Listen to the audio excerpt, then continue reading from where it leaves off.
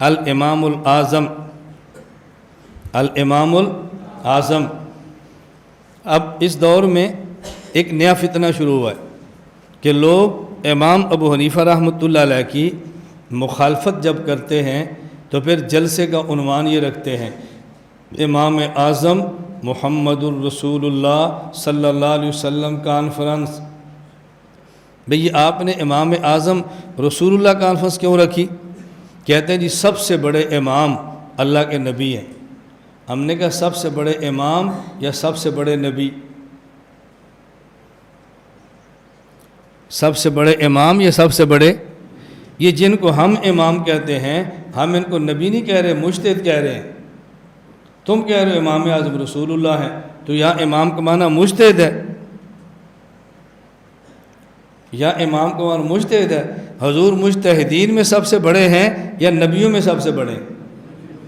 آپ تو سب سے بڑے ہیں، حفاظ سے بھی بڑے ہیں، قراء سے بھی بڑے ہیں، فقہاء سے بڑے ہیں، محدثین سے بڑے ہیں، مفسرین سے بڑے ہیں، تو صرف ایک امام کا کیا قصور تھا کہ آپ نے ان کے مقابلے میں کانفرنس رکھ دیے؟ آپ رکھا کرو پھر قاری اعظم رسول اللہ کانفرنس۔ کیوں جی سب سے بڑے قاری حضور تھے۔ محدث اعظم رسول اللہ کانفرنس، کیونکہ سب سے بڑے محدث حضور تھے۔ تو پھر سب باتیں لکھو، ایک امام کا کیا قصور ہے کہ اس کے مقابلے میں تمہیں کانفرنس رکھنی پڑی ہے امام اعظم رسول اللہ کانفرنس صلی اللہ علیہ وسلم۔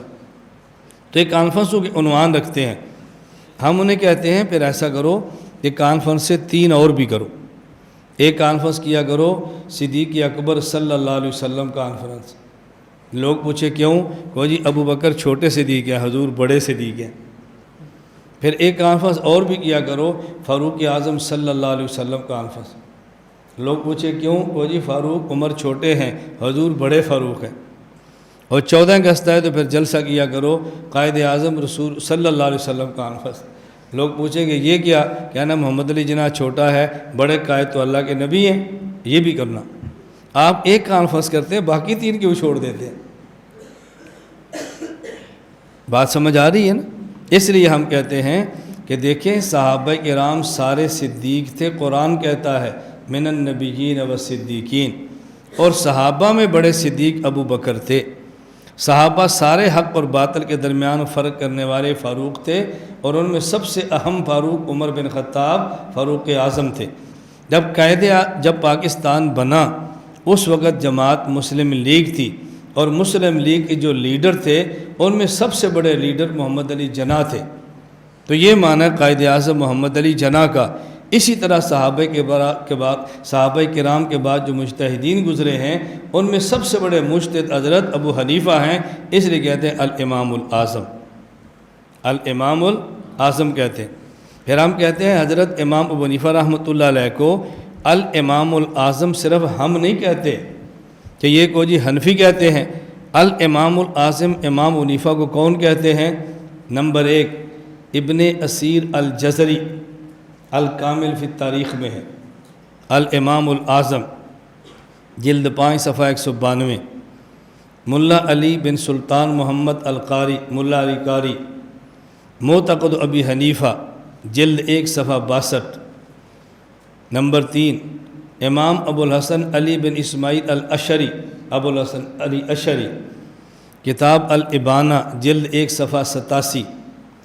امام ابو الفلاح عبدالحی بن احمد الحنبلی، شذرات الذہب جلد 8 صفحہ 168۔ اب یہ حنبلی ہیں، یہ حنفی نہیں ہیں۔ نمبر 5 امام ابو سعد عبد الکریم بن محمد السمعانی، کتاب الانساب للسمعانی جلد 3 صفحہ 389۔ نمبر 6 علامہ شمس الدین محمد بن احمد ذہبی، تذکرۃ الحفاظ جلد 1 صفحہ 126۔ امام عبد الوہاب بن احمد شارانی، المیزان الکبریٰ جلد 1 صفحہ 150۔ محمد صادق سیالکوٹی غیر مقلد عالم، صلاۃ الرسول صفحہ 164۔ محمد ابراہیم میر سیالکوٹی غیر مقلد عالم، تاریخ اہل حدیث صفحہ 37۔ میاں نذیر حسین دہلوی، شیخ الکل فی الکل، غیر مقلدین کے سب سے مبانی عالم، فتاوی نظیریہ جلد 3 صفحہ 131۔